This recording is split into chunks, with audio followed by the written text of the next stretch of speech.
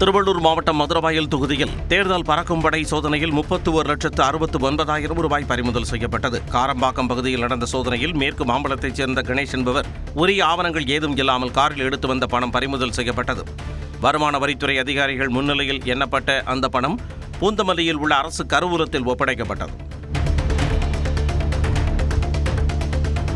சேலத்தில் 100% வாக்குப்பதிவை வலியுறுத்தி பிரம்மாண்ட மனித சங்கிலி விழிப்புணர்வு நிகழ்ச்சி நடைபெற்றது. சேலம் புதிய பேருந்து நிலைய பகுதியில் மாவட்ட ஆட்சியர் அருண் தம்புராஜ் இதனை தொடங்கி வைத்தார். சுமார் 2 கிலோமீட்டர் தூரத்திற்கு அணிவகுத்து நின்றிருந்த ஆயிரக்கணக்கான கல்லூரி மாணவ மாணவியர், செவிலியர்கள் மற்றும் கடை ஊழியர்களிடம் ஆட்சியர் நேரில் நடந்து சென்று வாக்களிப்பதன் அவசியம் குறித்து எடுத்துரைத்தார்.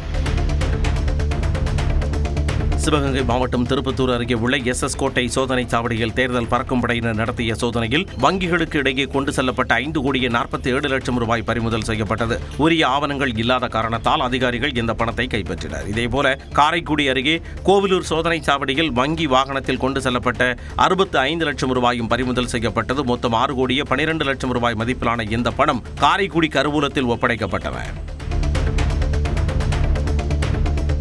சென்னை RK நகர் தொகுதி திமுக வேட்பாளர் ஜான் எபினேசரை ஆதரித்து இந்திய கம்யூனிஸ்ட் கட்சியின் மாநில செயலாளர் வீரபாண்டியன் தண்டையார்பேட்டை பகுதியில் தீவிர வாக்கு சேகரிப்பில் ஈடுபட்டார்.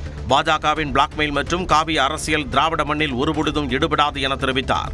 பிளாக்மெயிலும் சரி, RSS மெயிலும் சரி, காவி மெயிலும் சரி, தமிழ் மண்ணில் ஈடுபடாது. இந்த மண்ணில் பிஜேபி தோல்வி அடைவது உறுதி. மீண்டும் திமுக தலைமையிலான கூட்டணி மகத்தான வெற்றி பெறுவது உறுதி. தமிழக சட்டமன்ற தேர்தலை ஒட்டி சென்னை ரயில் நிலையங்களில் பாதுகாப்பு படையினர் நடத்திய தீவிர சோதனையில் ஒரே நாளில் 42 கிலோ கஞ்சா பறிமுதல் செய்யப்பட்டது. சென்ட்ரல், எழும்பூர் மற்றும் தாம்பரம் ரயில் நிலையங்களுக்கு வந்த எக்ஸ்பிரஸ் ரயில்களில் யாரும் உரிமை கோராத நிலையில் இருந்த பைகளை சோதனையிட்ட பொழுது சுமார் 30 லட்சம் ரூபாய் மதிப்பிலான கஞ்சா இருப்பது கண்டறியப்பட்டது. புதுச்சேரி எக்ஸ்பிரஸில் 31 கிலோ கஞ்சாவும் இதர ரயில்களில் 11 கிலோ கஞ்சாவும் பறிமுதல் செய்யப்பட்டன. நாமக்கல் மாவட்டத்தில் 100% வாக்குப்பதிவை உறுதி செய்யும் வகையில் வீடு வீடாக செல்லும் குடிநீர் கேன்களில் விழிப்புணர்வு ஸ்டிக்கர்களை ஒட்டி ஆட்சியர் துர்காமூர்த்தி விழிப்புணர்வை ஏற்படுத்தினார். திண்டுக்கல் மாவட்டம் பழனியில் உள்ள பழனி ஆண்டவர் கலை மற்றும் பண்பாட்டு கல்லூரியில் வாக்காளர் விழிப்புணர்வு பேரணி நடைபெற்றது.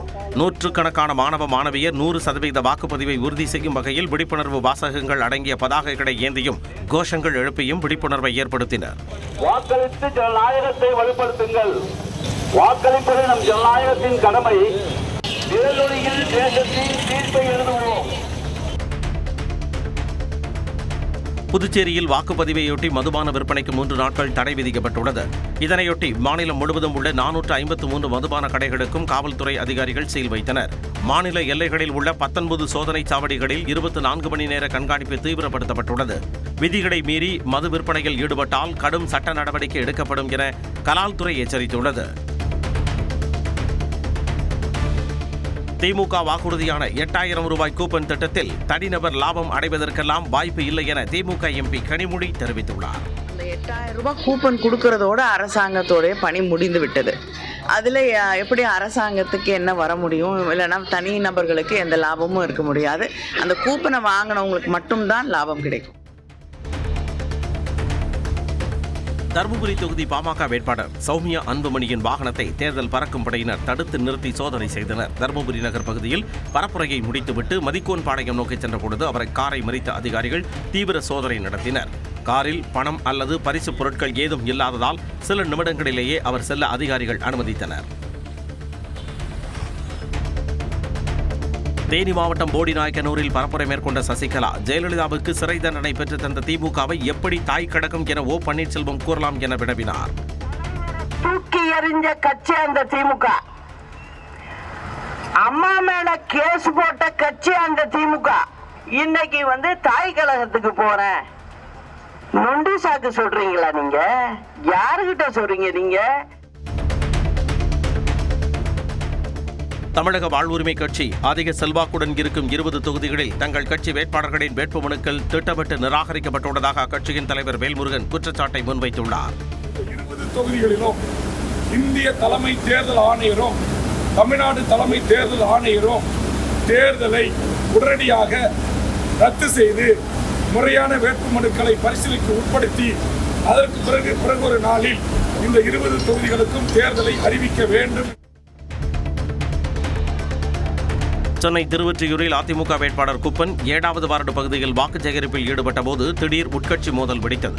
பிரச்சார வாகனத்தில் வேட்பாளரின் மகன் கார்த்திக் மற்றும் மாணவரணி நிர்வாகி கோகுலகிருஷ்ணன் இடையே வாக்குவாதம் ஏற்பட்டது.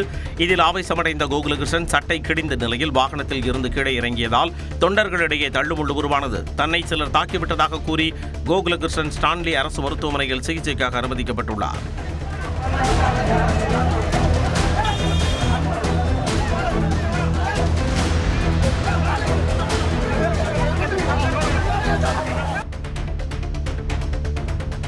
திருவள்ளூர் மாவட்டம் மதுரவாயில் தொகுதி அதிமுக வேட்பாளர் பெஞ்சமினை ஆதரித்து அக்கட்சியின் நட்சத்திர பேச்சாளரும் நடிகருமான வையாபுரி பரப்புரையில் ஈடுபட்டார். அடையாளமட்டு மற்றும் நொளம்பூர் பகுதிகளில் திறந்தவெளி வாகனத்தில் வீதி வீதியாக சென்ற அவர் மதுரை மீனாட்சி, காஞ்சி காமாட்சி, காசி விசாலாட்சி 2026 வரப்போவது அதிமுக ஆட்சி என தனது பாணியில் அடுக்குமுடியில் பேசி ரகடையாக வாக்கு சேகரித்தார்.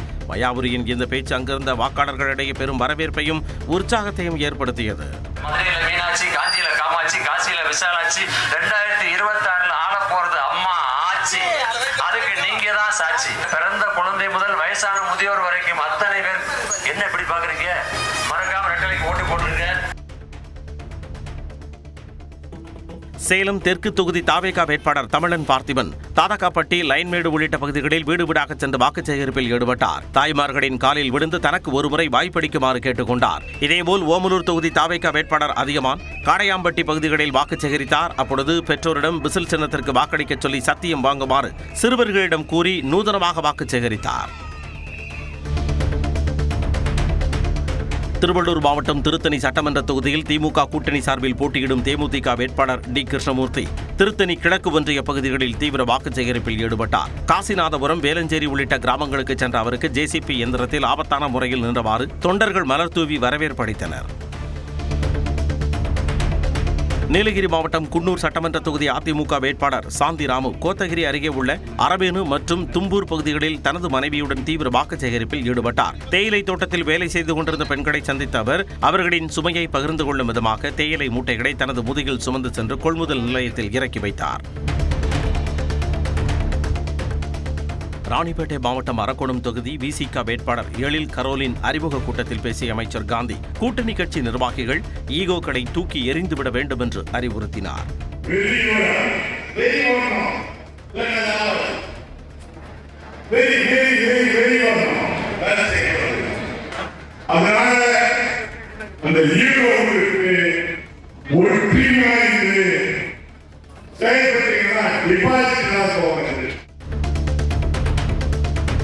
பொள்ளாச்சி சட்டமன்ற தொகுதி அதிமுக வேட்பாளர் பொள்ளாச்சி ஜெயராமன் நகர பகுதிகளில் தீவிர வாக்கு சேகரிப்பில் ஈடுபட்டார். மார்க்கெட் ரோடு, காமாட்சி அம்மன் கோவில் வீதி உள்ளிட்ட பகுதிகளில் வீதி வீதியாக சென்று மக்களிடம் ஆதரவு திரட்டிய அவர் அங்குள்ள தேநீர் கடை ஒன்றில் அமர்ந்து பொதுமக்களுக்கு தேநீர் போட்டுக் கொடுத்து ஆதரவு திரட்டினார்.